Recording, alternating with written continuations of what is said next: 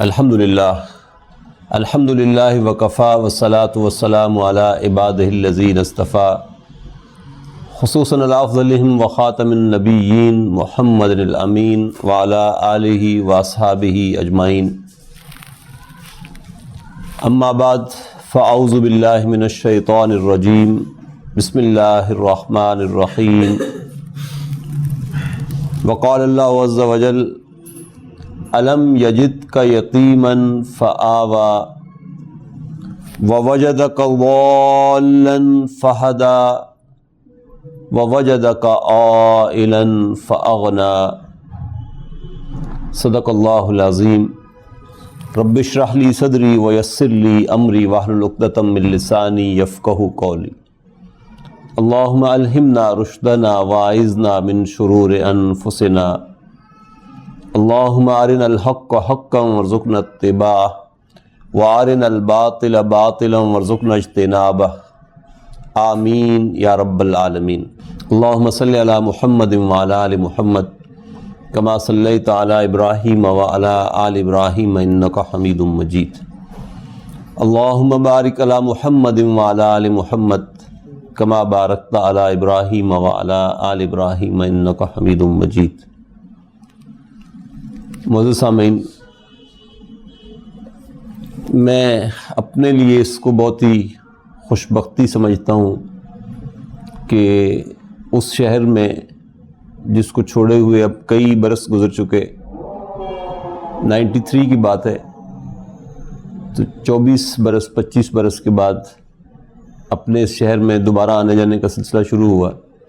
اور الحمدللہ اب کہ جب یہ سلسلہ شروع ہوا تو یہ خالصتاً قرآن مجید کے حوالے سے اور قرآن مجید کی زبان کے حوالے سے یہاں آنا جانا جو ہے وہ ہو رہا ہے آج کل. اور اسی میں کسی پبلک پلیس پر یوں سمجھ لیں کہ وہ بھی شاید 93 کے بعد اگر قرآن اکیڈمی کے ایک آدھ درس یا جمعے کو میں مائنس کر دوں تو یہ پہلا درس ہے یا پہلا سیرت کا پروگرام ہے جس پر گفتگو ہونے جا رہی ہے. شفاء اللہ میرے نام سے آپ بہت سارے لوگ واقف ہوں گے. یہاں پر محمد شفاء اللہ میرا نام ہے، اور یہیں سے سائنس کالج سے میں MS کر کے پھر جب جاب ہوئی تو یہاں سے نکلا تھا. بنیادی عربی بھی ڈاکٹر عبدالسمیع صاحب سے پڑھی تھی. قرآن مجید کا بھی بہت سارا حصہ ڈاکٹر عبدالسمیع صاحب سے ہی پڑھا تھا. اور یوں سمجھ لیں کہ ڈاکٹر عبدالسمیع صاحب کی ہی آشیرواد سے یہ درس قرآن کا سلسلہ میں نے شروع کیا. پھر انہی کے حکم کے تحت اب یہ عربی کی ریکارڈنگ کے لیے میں اسپیشل واقعات سے یہاں آ جا رہا ہوں. آج اتفاق سے ڈاکٹر صاحب نہیں ہیں، اور میں ویسے پنڈی اسلام آباد میں جب کوئی پروگرام ہوتا ہے تو وہاں ہمارے سینئر ساتھی ہیں خالد عباسی صاحب. تو میں ان سے کہا کرتا ہوں دوستوں سے کہ میں خالد عباسی صاحب کی سٹپنی ہوں. جب وہ کہیں ادھر ادھر ہوتے ہیں تو پھر مجھے کہا جاتا ہے کہ جی آپ چلے جائیں. تو میں ڈاکٹر صاحب کے بھی یعنی 2IC کے طور پر یوں سمجھ لیں کہ آج یہاں حاضر ہوا ہوں آپ کی خدمت میں. یہ 3 آیات سورہ والضحیٰ کی جو میں نے آپ کے سامنے پڑھی، یہ یوں سمجھ لیں کہ رسول اللہ صلی اللہ علیہ وسلم کی بالکل جو پرسنل لائف ہے اس کے حوالے سے ہیں یہ آیات. اور کیونکہ ابھی ربیع الاول گزرا ہے اور ربیع الثانی کے بھی چند دن گزرے ہیں، تو آج جب حکیم صاحب نے کہا تو میرے ذہن میں یہ خیال آیا کہ ہم سیرت کے حوالے سے ہی گفتگو کر لیں. اگرچہ یہ موضوع انتہائی آسان بھی ہے اور دوسری طرف یہ انتہائی مشکل بھی ہے. اور میرے لیے یہ مشکل ذرا دوہری ہے، اس لیے کہ عام لوگ بھی رسول اللہ صلی اللہ علیہ وسلم کی سیرت سے کسی نہ کسی درجے میں واقفیت ضرور رکھتے ہیں. پھر جو حلقہ محترم ڈاکٹر صاحب کا لسنر ہے اور اب وہ برسوں سے لسنر ہے تو وہ مجھ سے زیادہ ہی جانتا ہوگا اس حوالے سے. تو کوئی نئی بات تو میں شاید سیرت کے حوالے سے نہ کر سکوں. کچھ تذکیری پہلو ہے یوں سمجھ لیں کہ اپنی یاد دہانی کے لیے اور آپ لوگوں کی یاد دہانی کے لیے. جب بھی اس موضوع پر کبھی سوچا یا گفتگو کی تو 2 شعر فارسی کے اور 2 شعر اردو ادب کے ہمیشہ ذہن میں آئے.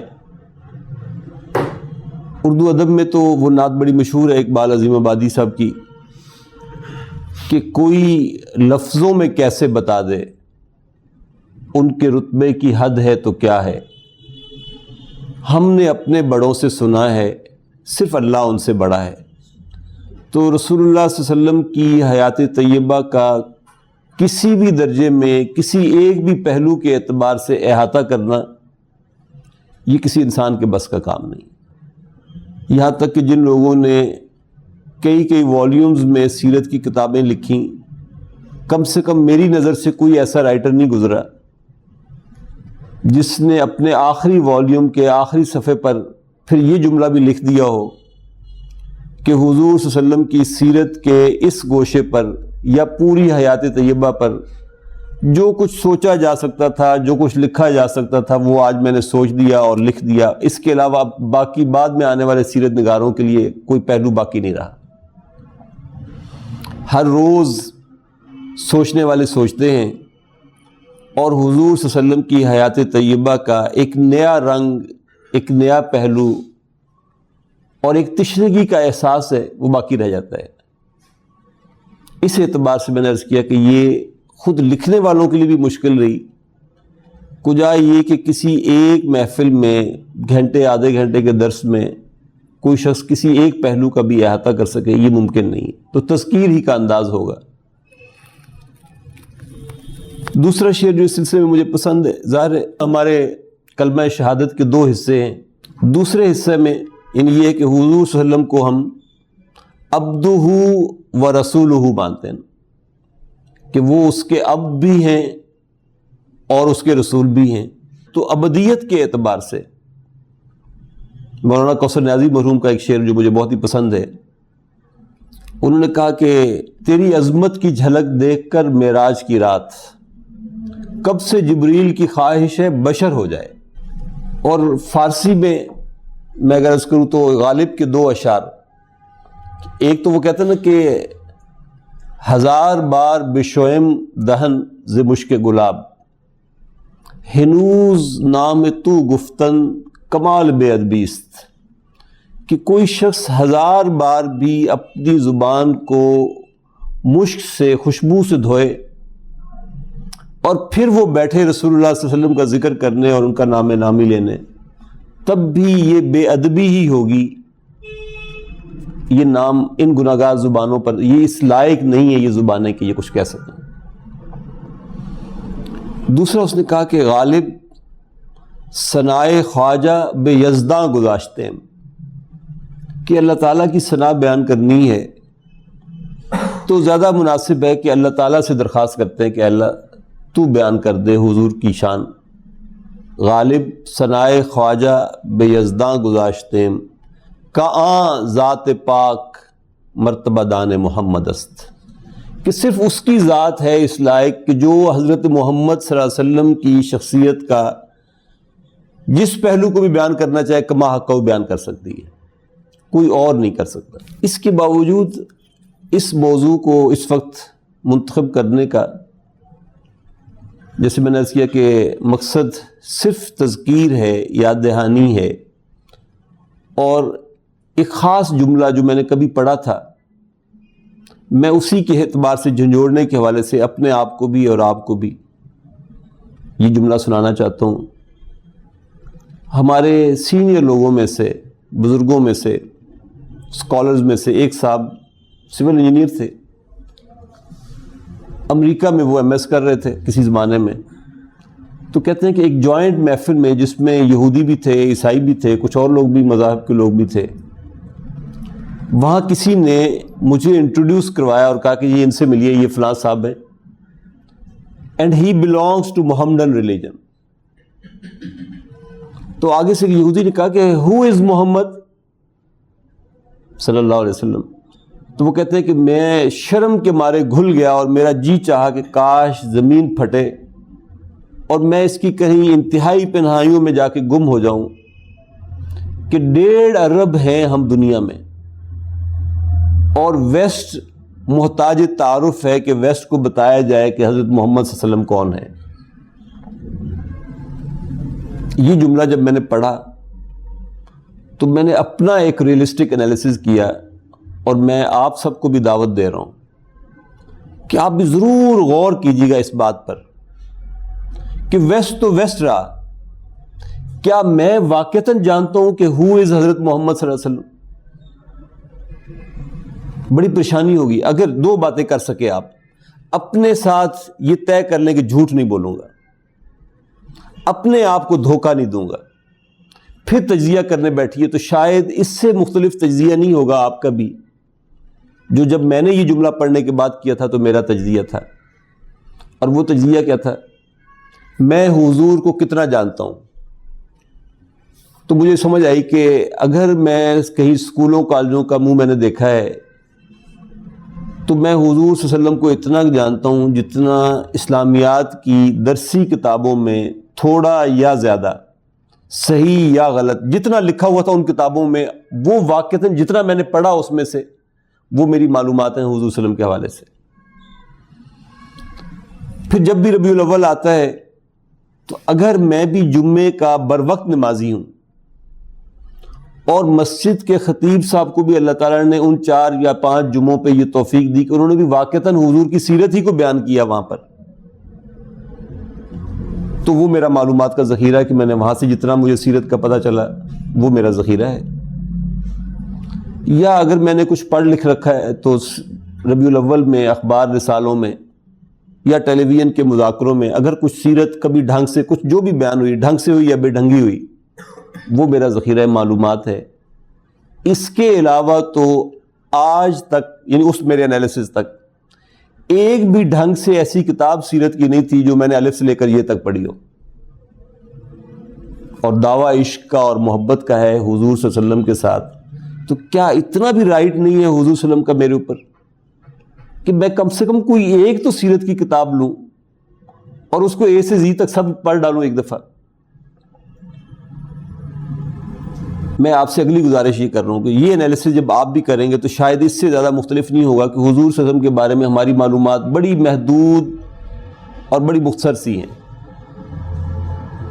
لہذا پہلا رائٹ تو اپنے اوپر یہ سمجھیں کہ اگر یہ تجزیہ آپ کا بھی ہو تو کم سے کم کوئی بھی کسی کی بھی لکھی ہوئی سیرت کی ایک کتاب وہ ضرور پڑھیں, پیج 1 سے لے کر آخری پیج تک, اپنے ذہن کو بالکل صاف کرتے ہوئے کہ آپ کے ذہن میں جو تعارف حضور صلی اللہ علیہ وسلم کا اس سے پہلے موجود ہے صحیح یا غلط تھوڑا یا زیادہ اس کو ایک سائڈ پہ کر دیں اور بالکل نئے سرے سے پڑھنا شروع کریں کہ آپ آج متعارف ہونے جا رہے ہیں کہ یہ حضرت محمد صلی اللہ علیہ وسلم کون تھے. میں آپ سے اسی شہر کے اپنے ایک پروفیسر کا ایک واقعہ شیئر کرنا چاہتا ہوں جس میں نے عرض کیا کہ تذکیر کے حوالے سے ہم آج ساری گفتگو کر رہے ہیں, اس لیے کہ میں اگر حضور صلی اللہ علیہ وسلم کو واقعتاً جانتا بھی ہوں اور مانتا بھی ہوں پھر یہ کیسے ممکن ہے کہ میں بدلوں نہیں, میرے ایکشنز حضور صلی اللہ علیہ وسلم کے ایکشنز کو فالو کرتے ہوئے نظر نہ آئیں. اور بڑا المیہ ہوگا یہ, آپ فرض کر لیں ایک لمحے کے لیے کہ دنیا سے رسول اللہ صلی اللہ علیہ وسلم کی حیات طیبہ کے حوالے سے جتنا بھی لٹریچر اویلیبل ہے یہ ان اویلیبل ہو جائے, یہ کہیں خدا نخواستہ دریا برد ہو جائے. اب ایک شخص نکلے گھر سے یہ جاننے کے لیے کہ حضور صلی اللہ علیہ وسلم کون تھے, تو وہ کیسے جانے گا؟ وہ مجھے اور آپ کو دیکھ کے جانے گا نا کہ ہم حضور کے ماننے والے ہیں. تو گویا کہ لوگ تو یہ سمجھیں گے نا کہ یہ ماننے والا ہے تو یہ جیسا ہے یہ تو انہی کو فالو کر رہا ہوگا تو وہ اس جیسے ہوں گے. آخر ہندوستان میں اسلام پھیلا تو تاجروں کو لوگوں نے دیکھا تھا, مسلمان تاجر جب یہاں آئے تھے اور ہندوؤں نے دیکھا کہ جی یہ کچھ لوگ ہیں نئے ہیں, انہوں نے چاول خریدے اور زمین پہ بکھیر دیے دھوپ میں, تو پوچھا کہ بھائی کون لوگ ہو تم اور یہ کیا کر رہے ہو؟ تو انہوں نے کہا کہ ہم مسلمان ہیں اور یہ انہوں نے چاول ہم نے جن سے خریدا ہے یہ گیلا چاول بیچتے ہیں سو دیٹ کہ ویٹ بڑھ جائے اس کا. ہمارے مذہب میں یہ دھوکے بازی ہے, دھوکہ دینا جائز نہیں, لہذا ہم اس کو سکھا رہے ہیں تاکہ اس کو اس کے اوریجنل ویٹ کے ساتھ بیچیں گے. اب ظاہر ہے دیکھنے والی آنکھ متاثر ہوتی ہے. ان کا اچھا تم لوگ مسلمان ہو؟ ان کا ہاں جی ہم مسلمان. ان کا اچھا اگر ہم بھی مسلمان ہونا چاہیں تو کیا کریں؟ ان میں کچھ بھی نہیں, جو ہم کر رہے ہیں تم بھی کرو, ہم جیسے ہو جاؤ گے. کیا آج میں کسی کو یہ کہہ سکتا ہوں کہ جو میں کر رہا ہوں تم بھی وہ کرو, تم ہم جیسے مسلمان ہو جاؤ گے؟ میں یہ کہہ سکتا ہوں اس سے کہ جو میں کہہ رہا ہوں یہ تم کر لو, مسلمان ہو جاؤ گے. جو میں کر رہا ہوں یہ تم نہ کرنا, کیونکہ یہ اسلام کے ساتھ اس کا کوئی میچ نہیں ہے. تو بالکل ایگزیکٹلی ہمارا اس وقت وہ حال ہے جو حضرت مسیح علیہ السلام نے فرمایا تھا کہ لوگوں یہ تمہارے مولوی، تمہارے علماء تم سے اور تمہارے مشائخ یہ جو تم سے کہیں وہ کر لیا کرو، جو یہ کریں وہ تم نہ کرنا، اس لیے کہ ان کے قول و فعل میں بڑا تضاد ہے۔ لیٹس امیجن کہ اگر ہمیں دیکھ کر کسی نے اپنے ذہن میں رسول اللہ صلی اللہ علیہ وسلم کی کوئی تصویر بنانی ہو، امیجن کرنی ہو، تو وہ تصویر کیسی ہوگی؟ کتنی بھونڈی تصویر ہوگی نعوذ باللہ وہ جو کسی نے مجھے دیکھ کر حضور صلی اللہ علیہ وسلم کا نقشہ اپنے ذہن میں بنایا ہے۔ جبکہ ہمارے یہاں ایک پروفیسر تھے، وہ کہا کرتے تھے کہ میں بڑا کٹر دہریہ تھا، پکا کمیونسٹ تھا، اور وہ مثال کے طور پہ یہ کہتے تھے کہ جب میرا والد میرا رشتہ لینے کے لیے گیا میرے چچا کے گھر، تو اسے صاف اسے کہا کہ تم سے رشتہ لینے صرف اس لیے آیا ہوں کہ تم یہ نہ کہو کل کہ جی پڑھ لکھ گیا تھا تو اب رشتہ دار کی باری آئی تو باہر چلا گیا برادری سے، تم دینا چاہو تمہاری مہربانی، تم نہ دو میری کوئی ناراضگی نہیں، اس لیے کہ میرا یہ پتر جو ہے نا یہ کافر ہے۔ کہتا اس پہ میرے چچا نے صرف ایک دفعہ اسے یہ پوچھا کہ جی یہ واقعی کافر ہے؟ تو اس نے کہا کہ ہاں اس کے کافر ہونے میں مجھے کوئی شک نہیں ہے۔ کہتا وہ بھی بڑا پکا کافر تھا، اس نے کہا کہ اسی کو دوں گا رشتہ۔ اب یہاں سے کہتا جس خاندان نے پروان چڑھنا شروع ہوا اس میں بچیاں ہی پیدا ہوئیں، وہ سب بھی کہتا میں بھی کافر، میری بیوی بھی کافرہ، تو کافر بچیاں پیدا ہونے شروع ہو گئیں۔ اور ہم ان لوگوں میں سے تھے جو لینن کو اپنا خدا مانتے تھے، لیکن اتفاق کی بات کہ 91 92 کی یہ بات ہے، 93 میں تو میں چلا گیا تھا یہاں سے فیصل آباد سے۔ کہتے میں کہیں گزر رہا تھا تو ایک بینر میں نے لکھا وہ دیکھا کہیں کہ ڈسٹرکٹ کونسل ہال میں ڈاکٹر عبدالسمیع درس قرآن دیں گے فلاں جمعے، پتہ نہیں جمعے کو شاید اس وقت درس ہوتا تھا۔ ایک کہتے ویسے میرے دل میں خیال آیا کہ چلے ہم نے ساری زندگی ادھر ادھر بھی جھک ماری ہے تو ذرا ان کو بھی سن لیتے ہیں کہ یہ مولوی لوگ کیا کہتے ہیں۔ کہتے میں چلا گیا درس قرآن میں، پہلے درس میں میں گیا لیکن مجھے بالکل میں متاثر نہیں ہوا اس درس سے، لیکن پتہ نہیں کیا ہوا میں اگلے درس میں پھر چلا گیا۔ جب میں تیسرے درس میں گیا تو اس مقرر نے وہاں اناؤنس کیا کہ اگلی دفعہ سے ربیع الاول شروع ہو جائے گا، لہذا ربیع الاول میں ہماری ساری گفتگو جو ویکلی ہوگی وہ سیرت رسول صلی اللہ علیہ وسلم کے حوالے سے ہوگی۔ کہتا وہ جو میں نے پہلا درس اٹینڈ کیا سیرت النبی کا، اس نے مجھے بالکل اندر سے نہ ہلا کے رکھ دیا، اور میں وہاں سے نکلا تو سیدھا امی پور بازار میں کتابوں کی دکانوں پہ گیا، اور سیرت کی جتنی کتابیں اردو زبان میں اویلیبل تھیں وہ ساری میں نے خریدی، اور گھر آ کر اندر سے کنڈی لگائی، اور 15-20 دن بیٹھ کے وہ ساری سیرت کی کتابیں میں نے پڑھ ڈالی۔ اب 2 جملے انہوں نے مجھ سے شیئر کیے، مجھے کہنے لگا کہ اینڈ آئی فاؤنڈ حضرت محمد صلی اللہ علیہ وسلم as a different person. Different تو ہونا تھا، یعنی اس سے پہلے اس نے جو نقشہ بنا رکھا تھا وہ ہم جیسے مولویوں کو دیکھ کے بنا رکھا تھا۔ اس نقشے والے محمد صلی اللہ علیہ وسلم کی تصویر ظاہر ہے ذرا عجیب سی تصویر بنی ہوئی تھی، لیکن جب تاریخ کے کاغذوں میں اس نے دیکھا سیرت کی کتابوں میں تو یہ حضرت محمد صلی اللہ علیہ وسلم اس کو بالکل ڈفرنٹ نظر آئے، اور وہ کہنے لگا and I feel love with ہم۔ کہتا اب اس محمد صلی اللہ علیہ وسلم سے مجھے محبت ہوگی۔ اور 93 میں کہتا ہے جب لینن کی بالفعل واقعتاً جس دن موت واقع ہوئی، میرا دوسرا ساتھی اسی دن مر گیا تھا، اس لیے کہ اس کا تو خدا مر گیا تھا، لیکن میں اس سے چند مہینے پہلے واقعتاً مسلمان ہو گیا تھا۔ یقیناً جس روز سیرت کو آپ اس انداز سے خود پڑھیں گے، اس دن جس حضرت محمد صلی اللہ علیہ وسلم سے آپ کا تعارف ہوگا وہی اصلی والے حضرت محمد صلی اللہ علیہ وسلم ہوں گے۔ اپنے ذہنوں سے ہر مسلک کو، ہر فرقے کو، اور جو بھی تھوڑی یا زیادہ صحیح یا غلط معلومات پڑی ہوئی ہیں ان کو ایک سائڈ پہ کر کے کسی کی بھی لکھی ہوئی کوئی بھی ایک سیرت کی کتاب، یہ ضرور میری آپ سے درخواست ہے اس کا مطالعہ ضرور کریں، and you will also find that حضرت محمد صلی اللہ علیہ وسلم ایز اے ڈفرنٹ پرسن۔ اور آپ بھی ان کی طرح یہ جملہ بالکل کانفیڈنس سے کہیں گے، میں یقین سے آپ کو کہہ کے جا رہا ہوں کہ آپ بھی you will fall love with ہم، آپ کو بھی حضرت محمد صلی اللہ علیہ وسلم سے اسی طرح کی محبت ہو جائے گی۔ اور ہم ظاہر ایک تحریک سے تعلق رکھتے ہیں، پریشان بھی رہتے ہیں کہ لوگ ساتھ نہیں دیتے، اس اعتبار سے بھی غور کرنے کی ضرورت ہے کہ اصل میں وہ کردار چاہیے پہلے کہ جس کو دیکھ کر لوگ آپ کے ساتھ چلیں گے. یعنی رسول اللہ صلی اللہ علیہ وسلم، یہ تو بالکل ایک الگ اور اٹل بات ہے کہ خود رسول اللہ صلی اللہ علیہ وسلم کی جو دعوت تھی وہ بڑی مدلل اور پوائنٹ آف ویو بڑا درست تھا، لیکن جو کردار رسول اللہ صلی اللہ علیہ وسلم کا تھا اس کردار کا حامل کوئی شخص جو بھی دعوت دے گا لوگ قبول کر لیں گے اس کو. پوائنٹ آف ویو درست ہونا یا صحیح ہونا یا غلط ہونا یہ بات کی بات ہے. یعنی پہلے میں ایکسیپٹنس تو پیدا کروں نا لوگوں کے دلوں میں کہ لوگ میری بات سننے کو تیار ہوں. جب آپ آرگومنٹ ون کرنے کی کوشش کریں گے تو you will lose the heart. Argument winning میں دعوت آگے نہیں پھیلتی، دل جیتنے میں دعوت آگے پھیلتی ہے. اور رسول اللہ صلی اللہ علیہ وسلم کا معاملہ بڑا عجیب تھا. یہ 3 آیات جو میں نے آپ کے سامنے رکھی ہیں یہ ظاہر ہے جیسے میں نے عرض کیا کہ حضور صلی اللہ علیہ وسلم کی نجی زندگی کے حوالے سے ہیں کہ الم یجد کا یتیمن فآوا، کہ اس نے آپ کو اس حال میں پایا تھا کہ آپ یتیم تھے تو فآوا، اس نے آپ کو پناہ فراہم کر دی. یہ ہم سب جانتے ہیں کہ رسول اللہ صلی اللہ علیہ وسلم کا آغاز حیات طیبہ کا اسی انداز سے ہوا تھا کہ ان کے والد کا سایہ ان کے سر پہ موجود نہیں تھا، اور پھر بالکل ابتدائی سٹیج پہ اللہ نے والدہ بھی واپس لے لی، دادا بھی واپس لے لیے، اور خالصتاً جیسے کسی یتیم بچے کی پرورش ہوتی ہے بالکل ایسے ہی حضور صلی اللہ علیہ وسلم کی پرورش کا بھی آغاز ہوا.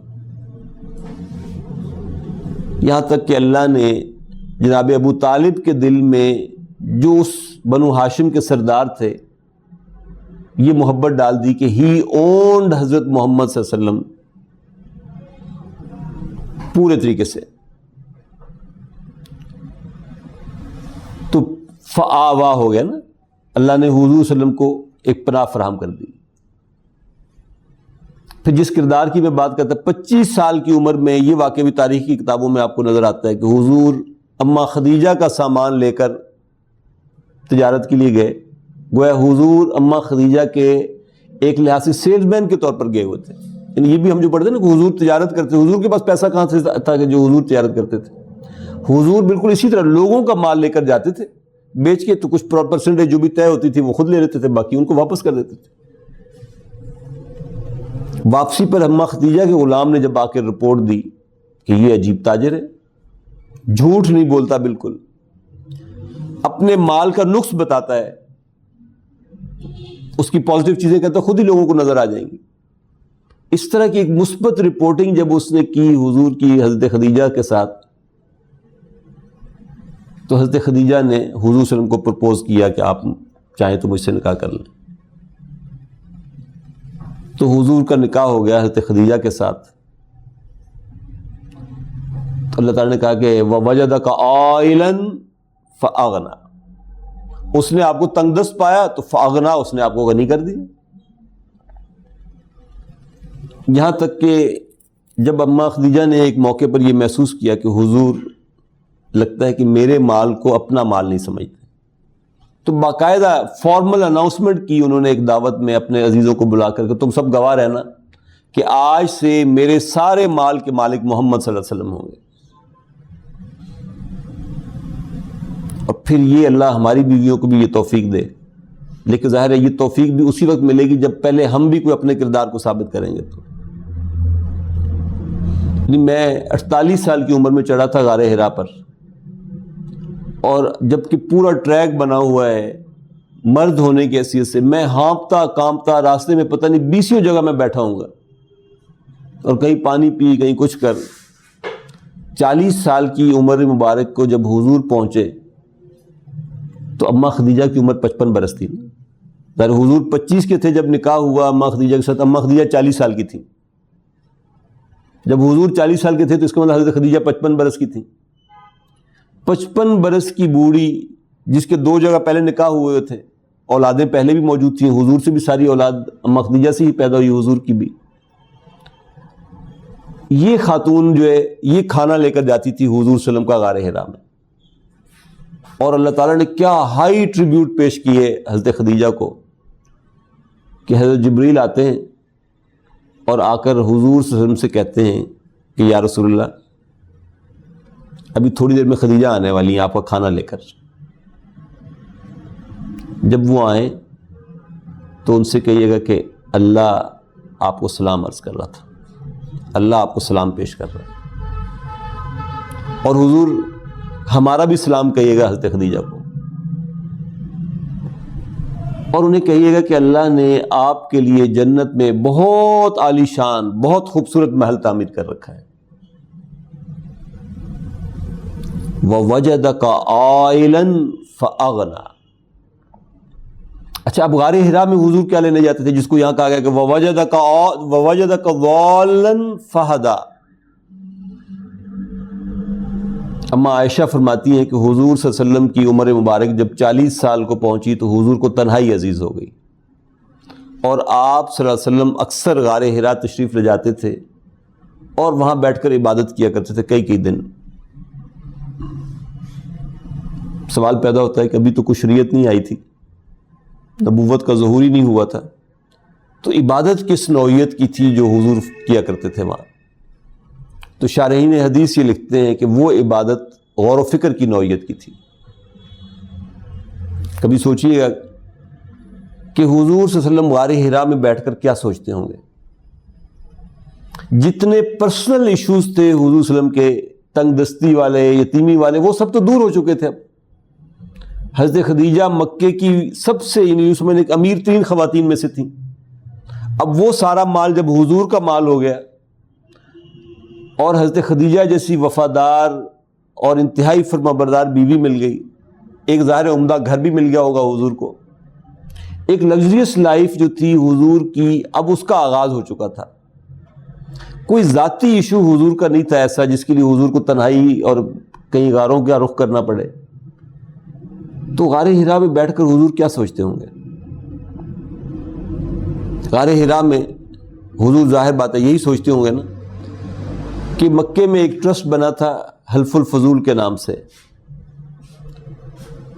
اچھا, بالکل بچپن سے بھی حضور صلی اللہ علیہ وسلم کے بارے میں یہ ہم پڑھتے ہیں کہ حضور بیواؤں کی سرپرستی کیا کرتے تھے, یتیموں کی سرپرستی کیا کرتے تھے. تو حضور سوچتے ہوں گے کہ میں نے یہ تنہا کر کے بھی دیکھ لیا, میں نے وہ حلف الفضول جوائن کر کے بھی دیکھ لیا. اس کو اس قدر پسندیدگی کی نگاہ سے حضور دیکھتے تھے آخری عمر تک بھی کہ نبوت کے بعد بھی حضور نے فرمایا کہ اگر کبھی مکے والے اس طرح کا ٹرسٹ دوبارہ بنائیں آئی ول جوائن اٹ, میں دوبارہ بھی جوائن کروں گا اسے. پھر حضرت خدیجہ کا بھی سارا مال لٹا کر دیکھ لیا میں نے.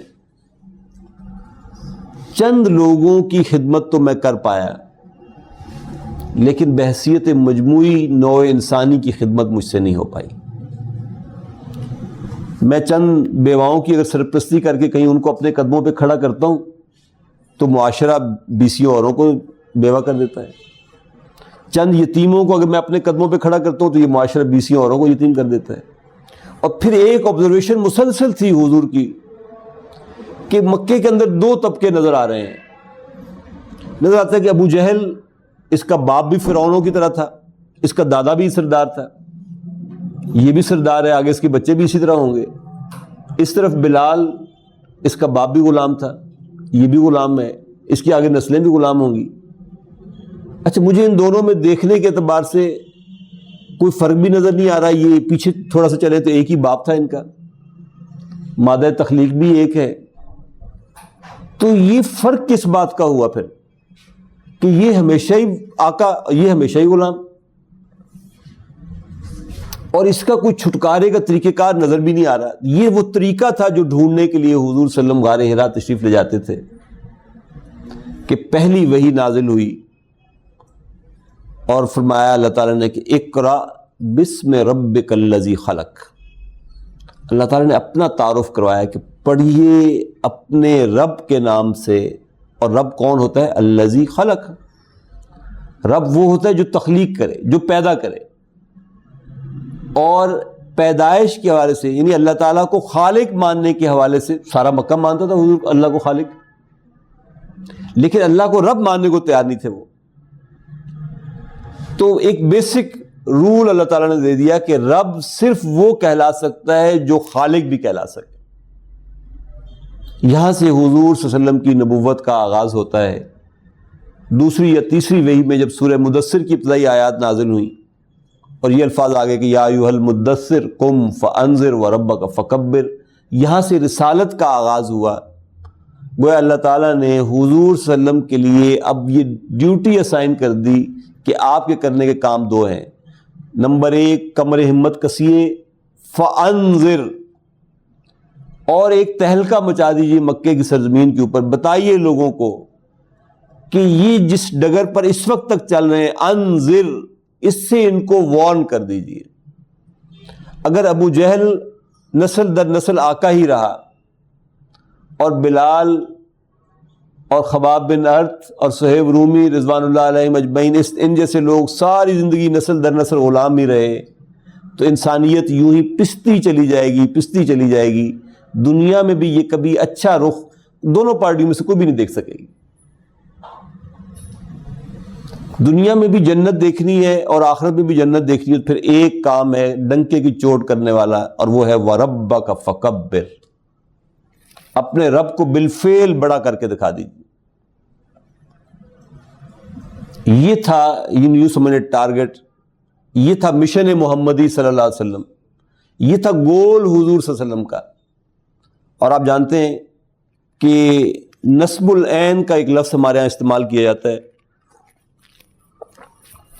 میرا تعلق کیونکہ کبھی پولیس سے بھی رہا تو مجھے ہمیشہ وہ یاد آتا ہے کہ جب ہم فائرنگ سیکھ رہے تھے تو جو فائرنگ رینج پہ سامنے جو تختہ لگا ہوتا تھا اس میں ایک بڑا سرکل بنا ہوتا تھا، پھر اندر ایک ڈاٹ سا بنا ہوتا تھا، اور اس کو فوکس کرو تو ایک آنکھ بند کی جاتی تھی، ایک آنکھ کے ساتھ پوری طرح فوکس کیا جاتا تھا. وہ جو تختہ تھا نا اس کو نصب کہتے تھے، اور عین کہتے ہیں آنکھ کو، یعنی آنکھ کو اس ایک نقطے کے اوپر فوکس کر کے رکھنا، یہ نصب العین کہلاتا ہے. اور بڑی خوبصورت اس میں ایک حکایت آتی ہے کہ ایک شخص نے اناؤنس کیا کہ میں جو سب سے اچھا نشانے باز ہوگا اس کو میں انعام دوں گا بڑا ہیوی، لیکن شرط یہ ہے کہ میں لکڑی کا ایک پرندہ بنا کے درخت کے ساتھ لٹکاؤں گا، اور وہ درخت ہوگا جھیل کے کنارے پہ. شوٹر جو ہے وہ پانی میں دیکھے گا اور فائر کرے گا اوپر، پرندے کی آنکھ کو ہٹ کرنا ہے.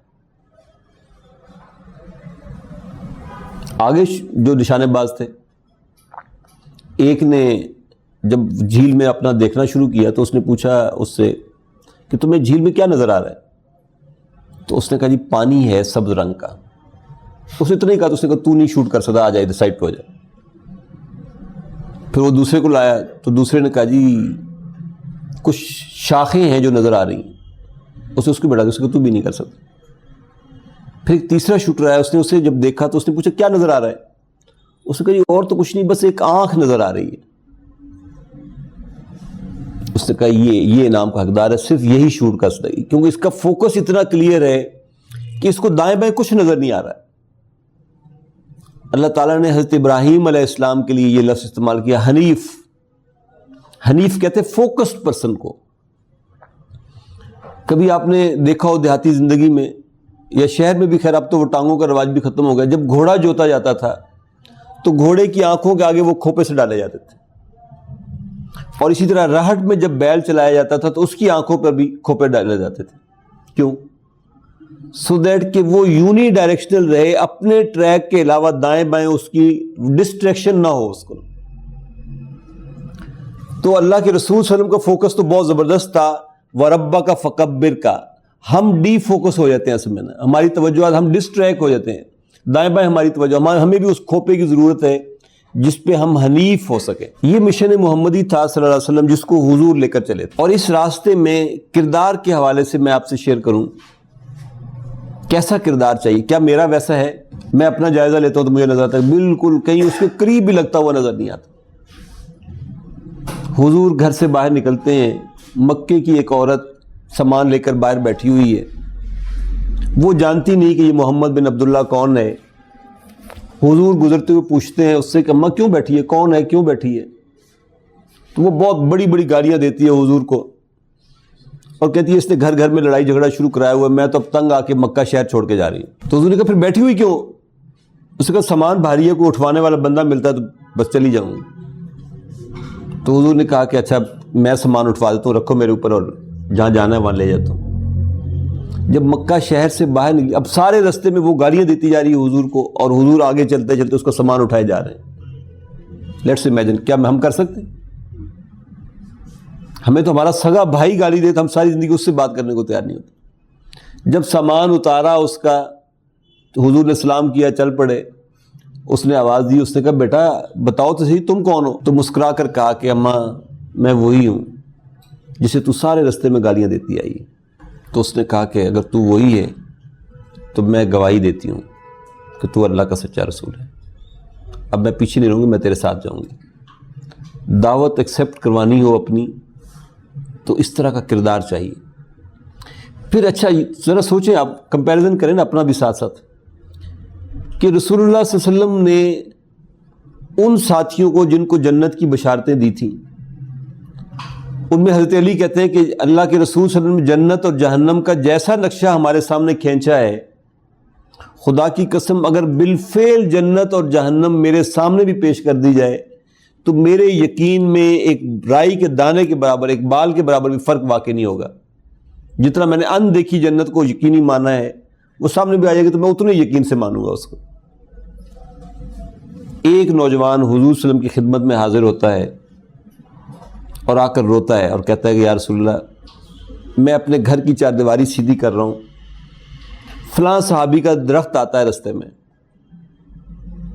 میں نے ان کی بڑی منتیں کی، میں نے اس کا مول دینے کی بھی، قیمت دینے کی بھی کوشش کی، لیکن وہ نہیں مان رہے، آپ مہربانی کریں، آپ ان سے میری سفارش کریں۔ حضور صلی اللہ علیہ وسلم نے بلایا اس صحابی کو، اور یہ آج ہم آزادی کی باتیں کرتے ہیں نا، ایسی آزادی نوع انسانی کو جیسی رسول اللہ صلی اللہ علیہ وسلم نے دی کوئی نہیں دے سکتا۔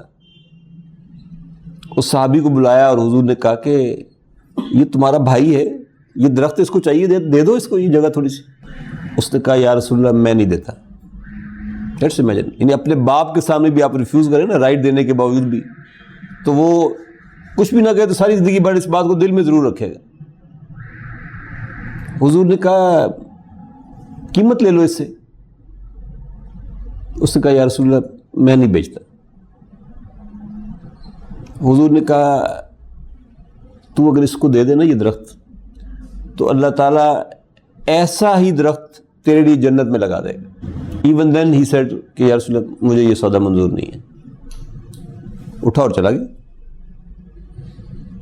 وہیں ایک صحابی اور بیٹھے ہوئے تھے، ابو دہدہ نام تھا ان کا، ایک تو مشہور ہے نا ابو دردہ نہیں، ابو دہدہ نام تھا ان کا۔ جب وہ چلا گیا تو ابو دہدہ نے حضور صلی اللہ علیہ وسلم سے کہا کہ یا رسول اللہ اگر میں اس کے ساتھ کوئی ڈیل کر لوں تو یہ وعدہ جنت کا میرے ساتھ بھی ہوگا؟ تو حضور نے فرمایا کہا تیرے ساتھ بھی ہے۔ اب وہ بھاگا اس کے پیچھے اور مدینہ بازار کے بیچ میں جا کے اس نے اس صحابی کو روک لیا اور اسے کہا کہ بھائی رک ذرا، میرے ساتھ ایک بات میں نے کرنی تیرے ساتھ۔ وہ ٹھہر گیا تو اس نے کہا ابو دہدہ نے کہ وہ درخت جو ہے تمہارا وہ مجھے دے دو، قیمت لے لو۔ تو اس نے کہا کہ تم سن نہیں رہتے، میں تمہارے سامنے رسول اللہ صلی اللہ علیہ وسلم کو انکار کر کے آیا ہوں، میں نہیں دینا چاہتا میں۔ ابو دہدہ نے کہا کہ تمہیں معلوم ہے نا مدینہ سے باہر میرا ایک باغ ہے جس میں 700 درخت ہے کھجوروں کے اور سب لدے ہوئے اس وقت پھلوں کے ساتھ، اس کے اندر میرا گھر بھی ہے، بیچ میں آبپاشی کا نظام بھی موجود ہے، زراعت بھی ہوتی ہے اس میں، وہ باغ پورا لے لو، یہ درخت مجھے دے دو۔ سودا کر سکتے ہیں آپ اللہ کے ساتھ اس طرح کا؟ اس نے کہا میں اپنی اس میں مفہوم میں کہہ رہا ہوں، اس نے یہ کہا ہوگا کہ آر یو آل رائٹ، دماغ ٹھیک ہے تمہارا؟ تو ابو دہدہ نے کہا کہ میں تو ٹھیک ہوں، تمہیں سمجھ ہی نہیں آئی، اور لوگوں سے کہا کہ لوگوں تم گواہ رہنا، میری اور اس کی ڈیل ہو گئی۔ ابو دہدہ بھاگے واپس اور آ کر رسول اللہ صلی اللہ علیہ وسلم سے کہا کہ یا رسول اللہ سے کہ یہ درخت اس کا ہوا۔ حضور نے کہا کہ ابو دہدہ جب تو سودا کر کے نکلا تھا وہاں سے تو اللہ نے مجھے جنت میں تیرا وہ محل دکھایا جو ندی کے کنارے ہے، 700 درختوں سے لدا ہوا ہے کھجوروں کے درختوں کے ساتھ. یہ ابو دہدہ جب واپس گھر جاتے ہیں تو اندر داخل نہیں ہوئے, باہر سے کھڑے ہو کے آواز دی, ام دہدہ بچوں کو لے کر باہر آ جاؤ. ام دہدہ نے کہا کہ ابو دہدہ اندر نہیں آؤ گے؟ تو ابو دہدہ نے کہا کہ ام دہدہ اللہ کے ساتھ سودا ہو گیا ہے, یہ گھر باغ کے ساتھ میں نے دے دیا اللہ کو. ام دہدہ نے اندر سے کہا ابو دہدہ تو نے اللہ کے ساتھ کیا خوبصورت تجارت کی. بچوں کو لیا, باہر نکلنے لگی تو جو سب سے چھوٹا بچہ تھا اس نے جھولی میں کھجوریں ڈالی, اندر پڑی ہوئی تھی ظاہر ان کے. ام دہدہ نے کہا کہ بیٹا یہ پھینک دو سب, تیرا باپ اللہ کے ساتھ سودا کر چکا ہے, یہ سب اللہ کے لیے ہے, ہمارا ان کھجوروں سے اب کوئی تعلق نہیں. سوچئے کبھی کیا جنت میرے لیے بھی اتنی یقینی ہے جتنی ابو دہدہ کے لیے یقینی تھی؟ جتنا یقین ان کو تھا, یہ یقین تھا نا اصل میں کہ ایک درخت لے کے 700, وہ ایک بھی دے دیا الٹیمیٹلی تو بعد میں. کیوں؟ یہ یقین تھا اصل میں جنت کے حصول کا. عقبہ ثانیہ جب ہوتی ہے جس کے نتیجے میں ہجرت حضور صلی اللہ علیہ وسلم نے کی مدینہ کی طرف, آخری سوال جب انہوں نے پوچھا تو انہوں نے کیا پوچھا کہ یا رسول اللہ ہم آپ کو گارنٹی دیتے ہیں کہ ہم آپ کی حفاظت یوں کریں گے جیسے اپنے بچوں کی جاتی ہے, ہمیں صرف یہ بتا دیجیے بدلے میں ہمیں کیا ملے گا. تو حضور نے کسی کو یہ نہیں کہا کہ جب مکہ فتح ہو جائے گا تو پھر میں تم میں سے کسی کو مدینے کا گورنر بناؤں گا, کسی کو مکے کا گورنر بناؤں گا, کسی کو طائف کا گورنر بناؤں گا. دنیا کی کوئی یعنی موٹیویشن حضور نے دنیا کے لیے نہیں دی. حضور صلی اللہ علیہ وسلم نے فرمایا کہ الجنہ. دوسری بات نہیں کی انہوں نے کہا یا رسول اللہ اپنا ہاتھ نکالی, ہاتھ میں ہاتھ دیا, بیعت کر لی, اور ساری زندگی اس بیعت کو نبھایا ہے. پھر یہاں تک کہ احد میں ایک انصاری صحابی جب شہید ہو رہے تھے تو حضور نے کسی کو بھیجا کہ جاؤ ذرا اس کی خیریت دریافت کر کے آؤ. یعنی دم توڑ رہا ہے وہ, اور وہ صحابی جب پہنچتے ہیں اور انہوں نے آ کے کہا کہ اللہ کے رسول آپ کو سلام کہہ رہے تھے, پوچھیں کس حال میں ہو؟ تو فرمایا کہ میری طرف سے جواباً سلام عرض کرنا اور کہنا کہ میں جنت کا نظارہ کر رہا ہوں, اور دیکھنا انصار سے میرا ایک پیغام ضرور دے دینا انصار کو. ان سے کہیے گا کہ جب تک رسول اللہ صلی اللہ علیہ وسلم موجود ہیں اور تم میں سے آخری انصاری موجود ہے, حضور صلی اللہ علیہ وسلم کے ساتھ کوئی ایسا معاملہ پیش نہیں آنا چاہیے کہ تم زندہ ہو اور حضور کو کوئی گزند پہنچ جائے. احد میں آپ جانتے ہیں 70 صحابہ شہید ہو گئے تھے. ایک خاتون کا باپ فوت ہو گیا, شوہر فوت ہو گیا, بیٹے فوت ہو گئے, شہید ہو گئے اسی جنگ میں, اور وہ آ رہی ہے اور لوگ پریشان ہیں کہ اس کو جواب کیا دیں گے. یعنی امیجن کر سکتے ہیں آپ, یہ بتانا کتنا مشکل ہوگا ان کے لیے کہ تمہارا باپ شہید ہو گئے, تمہارا شوہر شہید ہو گیا, تمہارے بچے شہید ہو گئے. وہ آئی اور وہ آگے اس نے پوچھا ہی نہیں کچھ بھی, اس نے آ کے پوچھا مجھے صرف یہ بتا دو رسول اللہ صلی اللہ علیہ وسلم کیسے ہیں اور کہاں ہیں. ان کا حضور خیریت کے ساتھ ہے. اس نے پھر باقی مجھے کسی کی فکر. ہم تو سچ بولنا اگر شروع کر دیں نا, ہم تو اپنا کیریئر نہیں چھوڑ سکتے. ماں باپ کو چھوڑنا, بیوی بچوں کو چھوڑنا, یا ان کو بھی یوں تربیت کرنا کہ وہ بھی اسی راستے پہ چل پڑے, یہ آسان کام ہے؟ کبھی سوچیں اپنے بارے میں. اور پھر اگر نعتوں میں ہم نے ٹاپ کرنا ہو, حضرت ابو ہریرہ رضی اللہ تعالیٰ عنہ سے بعد میں کسی تابعی نے کہا ایک دفعہ کہ چچا یہ آپ لوگ تھے, پتہ نہیں آپ لوگوں نے کیسے خدمت کی حضور صلی اللہ علیہ وسلم کی, خدا کی قسم اگر ہم ہوتے آپ کی جگہ تو ہم تو یہ کرتے اور ہم تو وہ کرتے. سیدنا ابو ہریرہ نے فرمایا بھتیجے یہ سب بھرے پیٹ کی باتیں ہیں. ہم نے رسول اللہ صلی اللہ علیہ وسلم کا ساتھ اس وقت دیا تھا جب کئی دن کھانے کو کچھ نہیں ملتا تھا اور کلیجہ بھوک کی وجہ سے منہ کو آنے کو پھرتا تھا. ان قربانیوں سے گزرے بغیر اگر کوئی سمجھتا ہے کہ انقلاب آ جائے گا اور ہر طرف وارے نیارے ہو جائیں گے اور یہ دین ڈال حق کو وضاحق الباطل ہو جائے گا, یہ نہیں ہوگا. طائف کے میدان میں بھی رسول اللہ صلی اللہ علیہ وسلم کا اپنا خون بہا, احد میں بھی رسول اللہ صلی اللہ علیہ وسلم کے اپنے دندان مبارک شہید ہوئے, اپنے پیاروں کی لاشیں حضور نے اپنے ہاتھ سے اٹھائی. یہاں تک کہ طائف جو تھا یہ یوں سمجھنے کہ یہ کلائمیکس تھا مولانا مناظر حسن گیلانی رحمۃ اللہ نے لکھا کہ یہ اس سے پہلے والا سفر دل کا سفر تھا، اور اس کے بعد کا سفر حضور صلی اللہ علیہ وسلم کی حیات طیبہ کا یہ عقل کا سفر تھا۔ دل کے اس سفر میں حضور جیت گئے، کوئی ساتھ نہ رہی۔ سن 10 نبوی میں اماں خدیجہ کا انتقال ہو گیا، جناب ابو طالب کا بھی انتقال ہو گیا، اور کیسی اللہ نے کبھی، مطلب آپ بھی سوچیں اپنی بیویوں کے حوالے سے بھی۔ اماں عائشہ فرماتی ہے کہ کوئی دن ایسا نہیں ہوتا تھا جب حضور گھر سے نکلے اور حضور اماں خدیجہ کا کوئی نہ کوئی تذکرہ کر کے نہ نکلے، یہاں تک کہ ہم بعض اوقات ذرا حسد کا شکار ہو جاتی تھی، اور ہم نے ایک دفعہ کہہ ہی دیا کہ حضور اس پست قد والی میں ایسی کیا خاص بات تھی کہ آپ اب بھی ان کو مرے ہوئے اتنا عرصہ ہو گیا ابھی بھی تذکرہ کرتے ہیں تو آپ کی آنکھوں میں آنسو آ جاتے ہیں۔ تو عائشہ کہتی ہیں حضور نے مجھے ڈانٹ کر کہا کہ عائشہ خدیجہ کا تذکرہ آئندہ ان لفظوں میں مت کرنا۔ خدیجہ نے میرا ساتھ اس وقت دیا تھا جب پورے مکے میں کوئی میرا ساتھ دینے والا نہیں تھا۔ اماں خدیجہ کا بہت بڑا مقام تھا، بہت بڑا مقام تھا، اور کسی دعوت کو چیک کرنا ہو کہ یہ دعوت صحیح ہے یا غلط ہے، لوگ مخلص ہیں یا نہیں ہیں، کام کر رہے ہیں یا نہیں کر رہے ہیں، تو اس کا لٹمس ٹیسٹ یقیناً یہ 4 لوگ ہیں جنہوں نے اللہ کے رسول صلی اللہ علیہ وسلم کی دعوت پر پہلے دن اسلام قبول کر لیا تھا۔ اپنی زندگیوں میں دیکھیں جو لوگ کام کر بھی رہے ہیں ان کی زندگیوں میں یہ 4 لوگ سب سے آخر میں شامل ہوتے ہیں، اگر شامل ہو بھی جائیں تو۔ عام طور پر بیوی گھر کی بھیدی ہوتی ہے، سب سے پہلے اماں خدیجہ نے ایک لمحہ ضائع نہیں کیا، اسلام قبول کر لی۔ جگری دوست آپ کو اندر باہر سے جانتا ہوتا ہے، ابو بکر صدیق رضی اللہ تعالیٰ عنہ نے ایک لمحے کی دیر نہیں لگائی اسلام قبول کر لی۔ گھر میں پرورش پانے والا بچہ جانتا ہوتا، دیکھ رہا ہوتا ہے کہ بڑا بھائی کیا کر رہا ہے، اس بچے نے ایک لمحے کی دیر نہیں لگائی اسلام قبول کر لی۔ گھر کا غلام جانتا ہوتا ہے آپ کو اچھی طرح، اس غلام نے دیر نہیں لگائی، اس غلام نے تو حد کر دی نا، یعنی ڈھونڈتے ڈھونڈتے باپ اور چچا پیچھے پہنچ بھی گئے، پہچان بھی لیے گئی ہمارا ہی بچہ ہے، اور شہزادہ تھا پیچھے، وہ تو رستے میں دھوکے سے بکتے بکاتے غلام بن کر آیا۔ اللہ کے رسول نے کہا تمہارا بچہ ہے، اس سے پوچھ لو، یہ جانا چاہتا تو لے جاؤ۔ میں نے اس کی نا محبت اصل میں اور چیز ہے، درست پوائنٹ آف ویو اور چیز ہے، اور اس سے پہلے جو کردار مطلوب ہے تبدیلی کے لیے وہ بالکل اور چیز ہے۔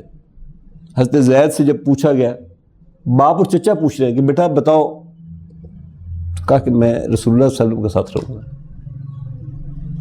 چھوڑ کر واپس چلے گئے۔ اس کو بھی نظر آ رہا تھا کہ باپ اور بیٹے کے ساتھ جاتا تو دنیا میں عیاشی کرتا، وہاں جو گیا اٹھا نہیں وہاں سے۔ پھر جس کو بات سمجھ آئی، دیر سے سمجھ آئی تو بھی اس کو احساس ہوا کہ میں نے بہت دیر کر دی،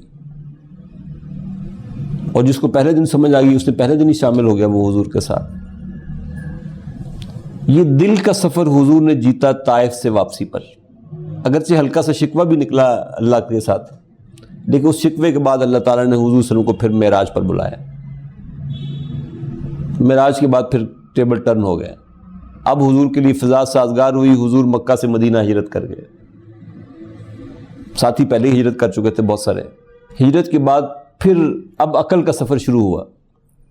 اب وہ ہوا جس کو حضرت مسیح نے تو ایک رخ دکھایا ہوا تھا نا، کہ جب تمہارے کوئی دائیں گال پہ تھپڑ لگائے تو تم بایاں بھی پیش کر دو، کوئی گالی دے تو تم دعا دو، کوئی پتھر دے تو تم پھول پیش کرو۔ یہ سارا سین حضور نے مکے میں ثابت کر کے دکھا دیا۔ دیکھیں پھر جو پختہ شوی خود را بر سلطنت زمزن، پھر مدینے میں جب آئے تو پھر کہا کہ اب اینٹ کا جواب پتھر سے دو، کوئی ایک لگائے تو تم 2 لگاؤ، اور لگائے کیا، تم خود آگے بڑھ کر انسٹیگیٹ کرو اور لگاؤ ان کو۔ سن 2 ہجری میں پھر بدر ہوتا ہے، 3 میں احد ہوتا ہے، 5 میں خندق ہوتی، اور خندق کے بعد حضور نے فرما دیا کہ اب کوئی کبھی مدینے میں آ کر یہاں آ کر ہمارے اوپر چڑھائی نہیں کرے گا، اب ہم نکلیں گے اور چڑھائی کریں گے۔ سن 6 ہجری میں خواب کے نتیجے میں رسول اللہ صلی اللہ علیہ وسلم نے عمرہ پلان کیا، 1400 صحابہ حضور کے ساتھ نکلے، سفر نہ ہو سکا، حدیبیہ تک حضور گئے، عمرہ نہ ہو سکا، اور یہاں سے پھر حضور صلی اللہ علیہ وسلم نے صلح حدیبیہ کا واقعہ ہوا، جس کو ہمارے ہاں بہت عجیب انداز سے انٹرپریٹ کیا جاتا ہے کہ جی دب کر صلح کر لی، کوئی شک نہیں دب کر صلح کر لی تھی حضور نے، اور قرآن مجید نے اس کو فتح مبین کہا۔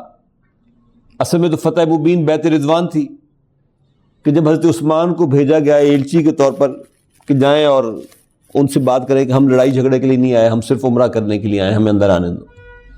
اور میں بتاؤں یہ محبت کے دستور بالکل نرالے ہیں. حضرت عثمان کو ڈیلے کروایا گیا وہاں پر، اور حضرت عثمان کو آفرز دی گئی کہ تم کر لو طواف میں مکے کا، کعبے کا. ان کا رسول اللہ صلی اللہ علیہ وسلم جب تک نہیں کریں گے میں نہیں کروں گا. امیجن کریں اگر آج مجھے اور آپ کو یہ موقع ملے کہ ہم مکے کے اندر موجود ہوں اور ہمارے ساتھی باہر پھنسے ہوئے ہوں اور صرف ہمیں آفر دی جا رہی ہو، تو کیا کعبے کو چھوڑ کر ہم کہیں اور واپس چلے جائیں گے؟ He didn't do. حضرت عثمان نے عمرہ نہیں کیا، طواف نہیں کیا. ان کا نہیں، رسول اللہ صلی اللہ علیہ وسلم پہلے کریں گے تو میں کروں گا. افواہ پھیل گئی حضرت عثمان کے قتل کی. جب زیادہ ڈیلے ہوا، اب حضور صلی اللہ علیہ وسلم نے کہا کہ عثمان کے خون کا بدلہ لیے بغیر اب ہم واپس نہیں جائیں گے. اس پر بیعت ہوئی جس کو بیعت رضوان کہا جاتا ہے، اور آخری ہاتھ حضور نے اپنا ایک ہاتھ نکالا، کہا یہ میرا ہاتھ ہے اور یہ عثمان کا ہاتھ ہے، اور میں بیعت کرتا ہوں عثمان کی طرف سے کہ عثمان کے خون کا بدلہ لیے بغیر واپس نہیں جائیں گے. اب مکے والوں کو اندازہ ہوا اصل میں کہ یہ تو مرنے مرانے پہ اتر آئے ہیں. تو سہیل ابن عمر اور دوسرے تیسرے جو تھے وہ بھاگے آئے صلح کرنے کے لیے. یہ اگر دب کر صلح تھی تو اگلے سال کیا ہو گیا تھا؟ اگلے سال ابو سفیان منتیں کرتا پھر رہا ہے حضور صلی اللہ علیہ وسلم کی. اب حضور تجدید عہد نہیں کر رہے. اور اس میں بھی بڑا خوبصورت سین جو ہے کہ ابو سفیان بعد میں اسلام قبول کر لیا رضی اللہ تعالیٰ عنہ. ان کی بیٹی حضور کے نکاح میں تھی. بیٹی کو سفارشی بنانے کے لیے آئے، بیٹھنے لگے تو بیٹی نے کہا ابا جی ذرا 2 منٹ ٹھہرنا. وہ کھڑے رہے. بیٹی نے بستر سنبھالا، پہلے خالی چارپائی پہ کہا آپ بیٹھیے. تو باپ نے پوچھا کہ بیٹی یہ بستر میرے لائق نہیں تھا یا میں بستر کے لائق نہیں تھا؟ تو کہا کہ ابا جی یہ بستر ہے رسول اللہ صلی اللہ علیہ وسلم کا، اور آپ ہیں مشرک، اور مشرک نجس ہوتا ہے. آپ اس سے اہل نہیں تھے کہ میرے شوہر کے بستر پر آپ رسول اللہ صلی اللہ علیہ وسلم کے بستر پر بیٹھ سکیں. آج کوئی کہہ سکتا ہے کسی کے لیے اس طرح کا جملہ ہے؟ تو سن 7 ہجری میں حضور صلی اللہ علیہ وسلم نے وہ معاہدہ منسوخ کیا، اور 8 ہجری میں مکہ فتح ہو گیا. 9 ہجری کا حج حضور نے نہیں کیا، حضرت ابوبکر رضی اللہ تعالیٰ عنہ کو امیر بنا کر بھیجا گیا. اس کے بعد غزوہ تبوک ہوا، اور اس کی سورہ توبہ کی آیات جو وہ نازل ہوئی اس موقع پر. سن 10 ہجری میں رسول اللہ صلی اللہ علیہ وسلم نے آخری حج کیا اپنی حیات طیبہ کا، اور وہ حضور صلی اللہ علیہ وسلم کا پہلا حج بھی وہی تھا. ایک ہی حج حضور نے کیا، اور اس کے بعد رسول اللہ صلی اللہ علیہ وسلم دنیا سے رخصت ہو گئے. غزوہ حنین جس وقت ہو رہا تھا، اب رسول اللہ صلی اللہ علیہ وسلم رستے میں جا رہے ہیں، نئے جو صحابہ شامل ہوئے تھے مکے سے وہ بھی ساتھ موجود تھے. آخری بات آپ سے شیئر کر رہا ہوں اصلاح کے حوالے سے. رستے میں نماز کا وقت ہوا، سیدنا بلال رضی اللہ تعالیٰ عنہ نے اذان دی،